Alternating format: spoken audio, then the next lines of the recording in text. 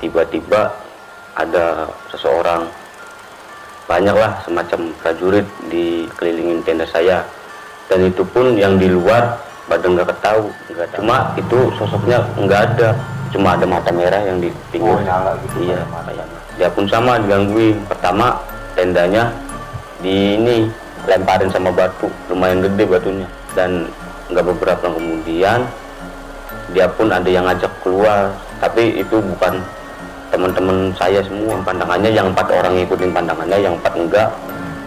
Yang itu kena semua imbasnya, 8 orang. Yang 4 selamat, yang 4 nggak selamat, meninggal. Berarti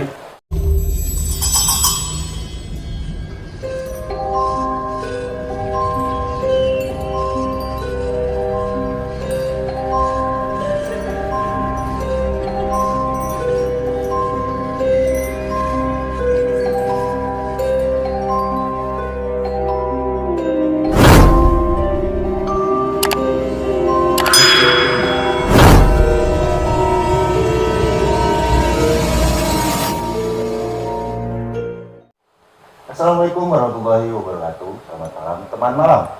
Balik lagi sama Guntur di channel Misteri Malam.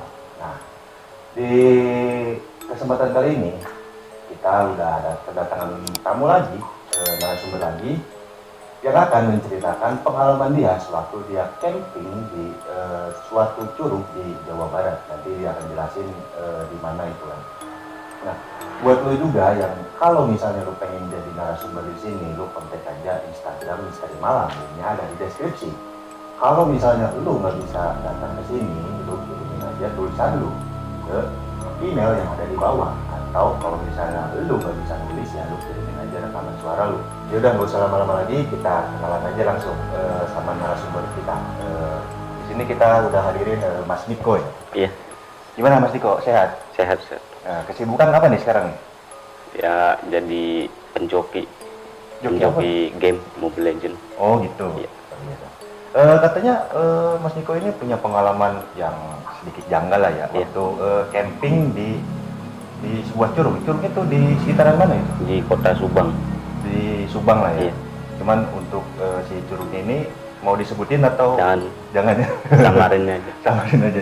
Jadi kejadiannya itu terjadi di kota Subang di sebuah curug. Nah, tapi curugnya itu kita nggak bisa sebutin ya, untuk kebaikan kita bersama. Nah, si Mas Niko ini emang dia hobi banget naik gunung gitu. Nanti dia ada juga cerita-cerita janggal waktu dia naik ke beberapa gunung yang ada di Indonesia. Nah, buat sekarang dia mau nyeritain kejadian janggal dia waktu camping di curug yang ada di Subang gitu kan.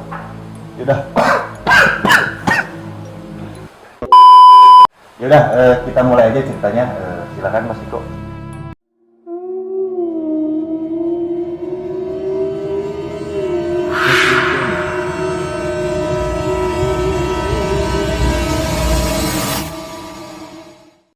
Assalamualaikum warahmatullahi wabarakatuh.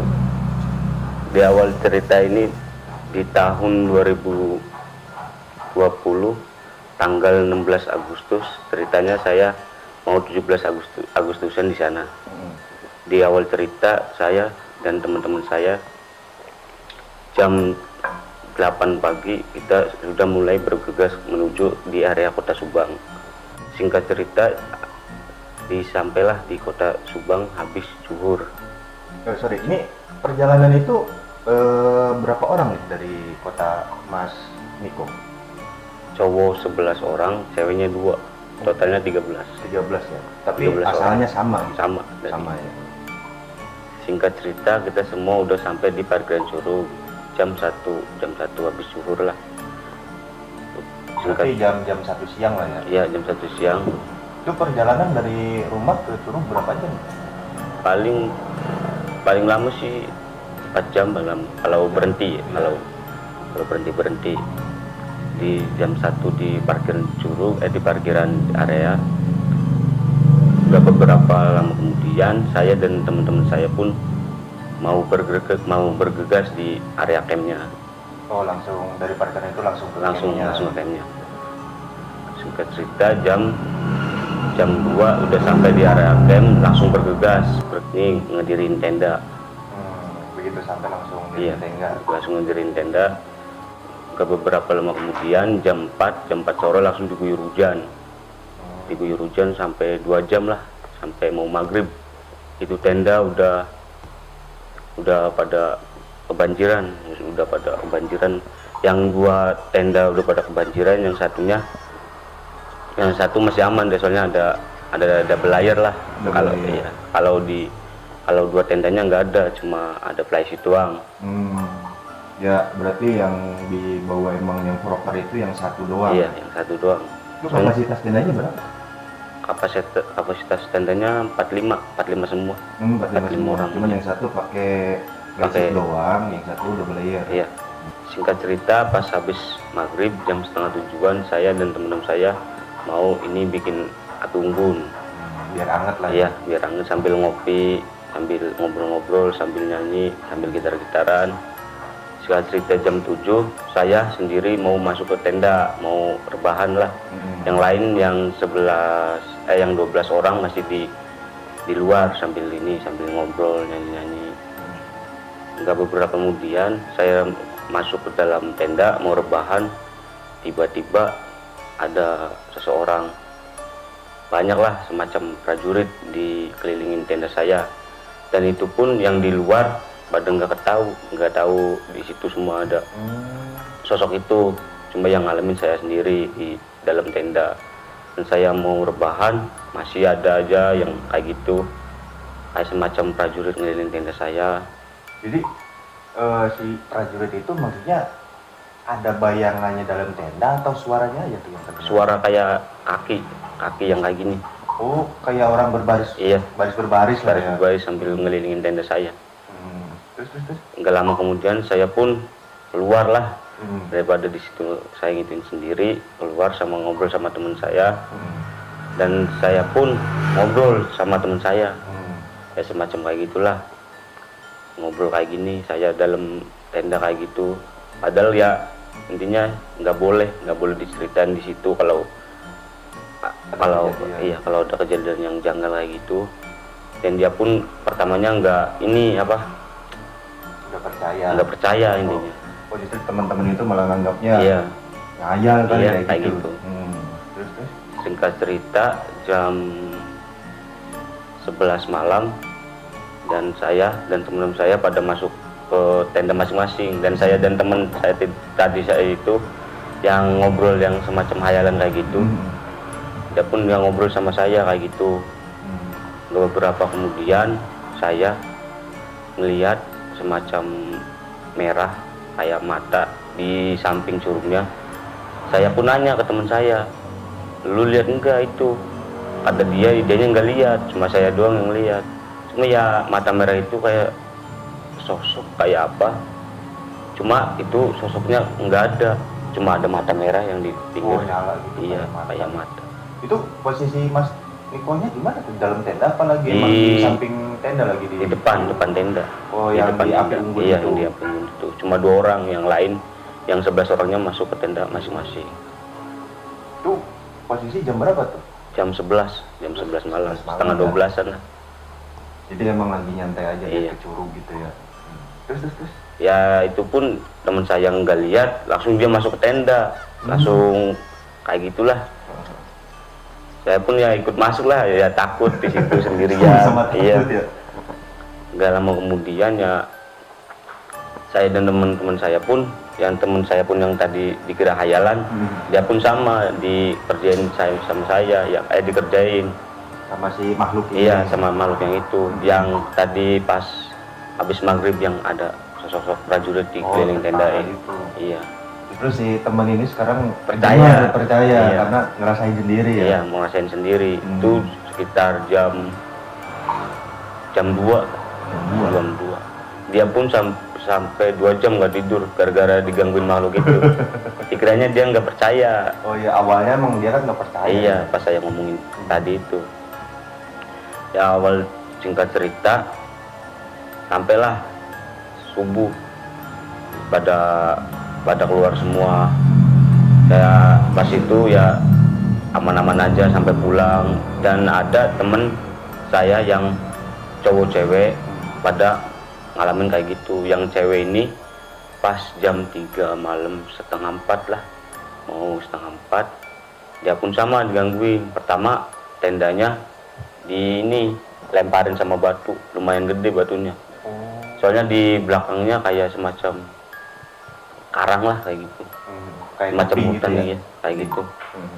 Dan dia pun takut, soalnya di situ ada ceweknya kan 2.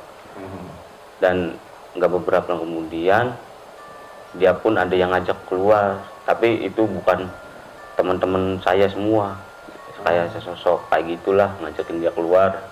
Dan alhamdulillah dia nggak mau. Jadi Ya. si temen yang cewek ini ada yang ngajak keluar. Iya. Nah, si sosok yang ngajak keluarnya itu udah ceritain nggak bentuknya kayak gimana, perwujudannya kayak gimana gitu? Enggak sih, cuma kayak suara doang, kayak suara di depan tendanya.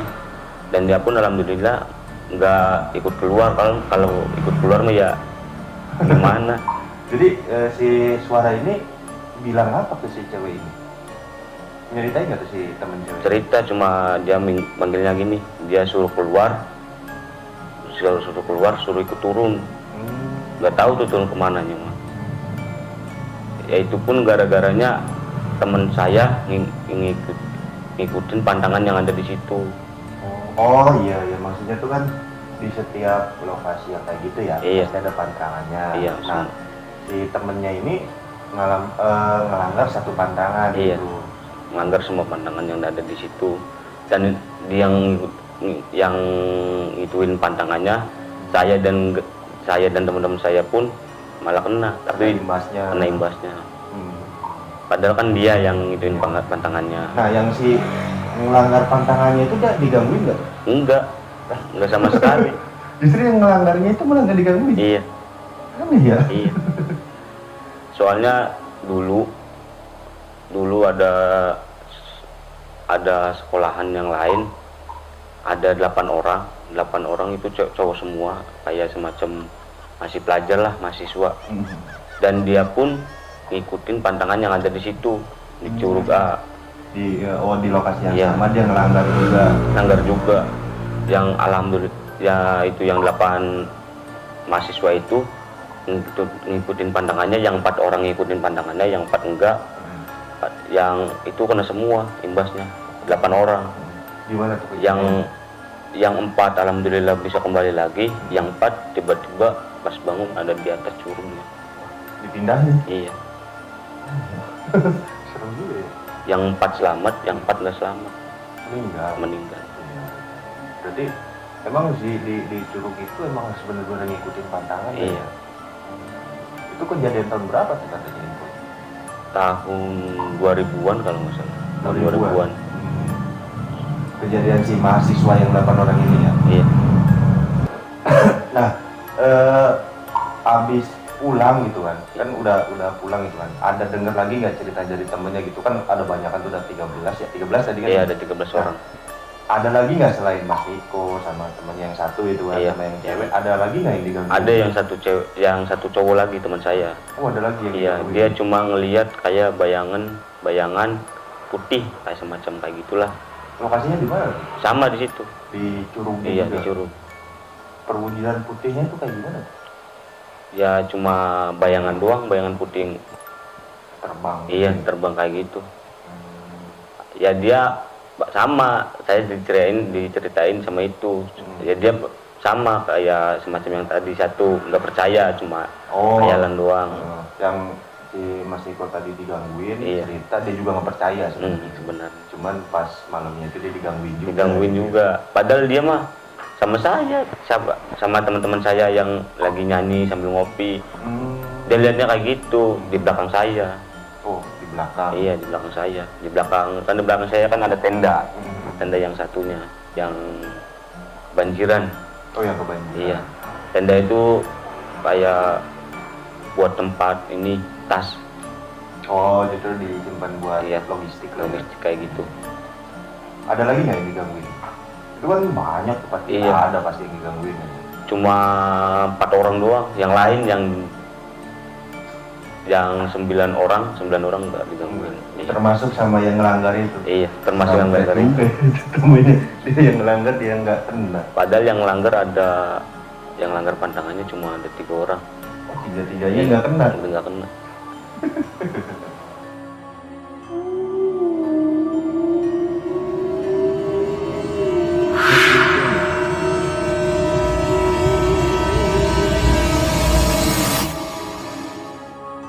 Nah, itu berarti si cerita camping ini ya udah segitu aja kan Iya, penutupannya. Nah, si Mas Niko ini kan sering nih naik gunung nih. Iya. Ada kali ya sedikit mah cerita kali buat berbagi ke teman malam di sini gitu kan. Ada nggak kejadian baru-baru ini Mas Niko naik ke gunung gitu kan? Ada di gunung sekitar Jawa Barat. Di sekitaran Jawa Barat Iya. ya. Mau disebutin nggak gunungnya nih? Jangan. Jangan. Iya. Nah, jadi buat sekarang kita setup dulu ya. Udah, silakan Mas Niko, gimana deh ceritanya? Ada sesuatu di Gunung Jawa Barat, saya dan teman-teman saya yang waktu nyampe di pos 4 mau ke puncak. Di situ saya dan teman-teman saya cuma ada 5 orang, yang sisanya udah ada di puncak, soalnya itu pas malam jam 8. Masalah itu mendakinya berapa orang ya? 10 kalau nggak salah. 10 orang. 10 orang. Kalau Oke, kita singkatin aja ceritanya. Jadi karena waktunya juga, ini kita syuting udah jam 2:30 pagi ya. Nanti kita, kalau lu pengen Mas Niko cerita kisah-kisah yang lain, lu komen di bawah ya. Nah, si Mas Niko ini naik ke sebuah gunung di Jawa Barat gitu kan, sama teman-temannya 10 orang. Nah, terus ya kita lanjutin aja dulu. Cak Mas Niko. yang 5 orang di puncak, yang 5 orang masih di bawah. Itu pun yang 2 orang udah di puncak, dia turun lagi jemput saya. Yang lainnya cuma ada 3 orang. Yang 2 orang udah sampai di pos 4, udah ketemu lah sama saya. Yang lain kan udah di puncak. Dan itu pun langsung aja, kayu udah di sana, udah ada tempat buat campnya. Ya udah, singkat cerita, pas waktu di perjalanan mau ke puncak, ada teman saya yang ngerasain kayak gitu. Pas dia jatuh di tempat perjalanan mau menuju puncak, dia jatuh, pas dia langsung berdiri ketemu makhluk sosok itu.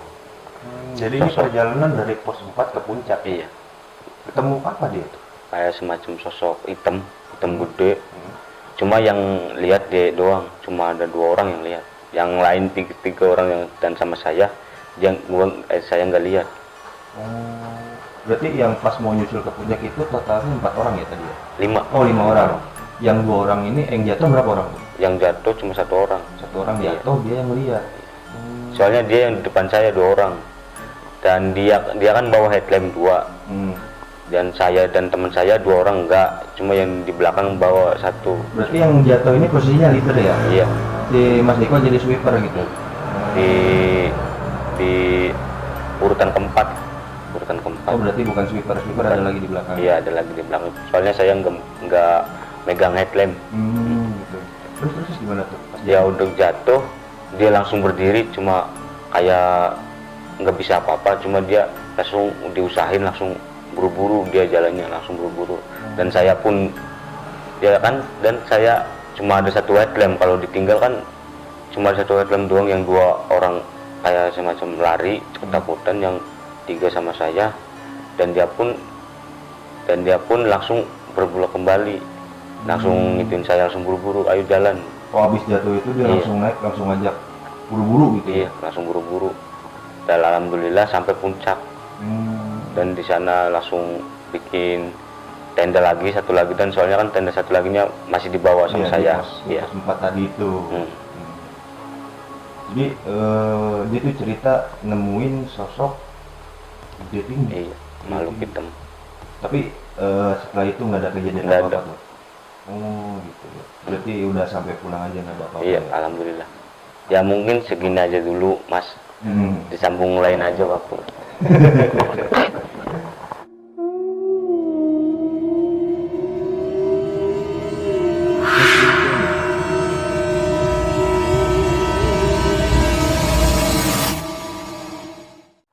Iya teman-teman, gini dulu lah konten kita kali ini ya. Karena sebenarnya Mas Niko itu baru pulang mendaki ya Mas ya? Iya, Dari gunung mana nih? di PWK. di Purwakarta. Nah, ini baru banget dia datang kan. Tadi dia datang jam berapa datang ke sini? Jam 12. Jam 12 siang ya. Waktu istirahatnya cuma bentar nih.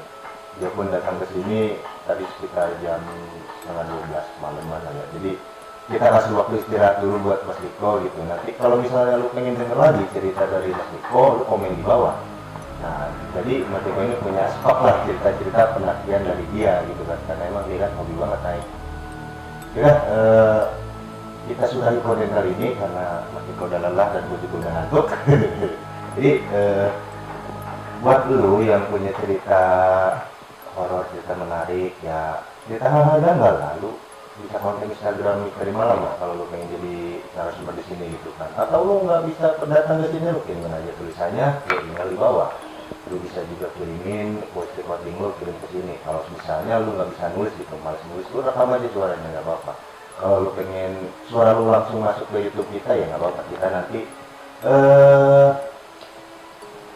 screening dulu, kalau emang layak masuk kita masukin. Tapi kalau misalnya nggak bisa ya kita sekarang training di sini, oke? Jangan keluar malam sendirian. Assalamualaikum warahmatullahi wabarakatuh.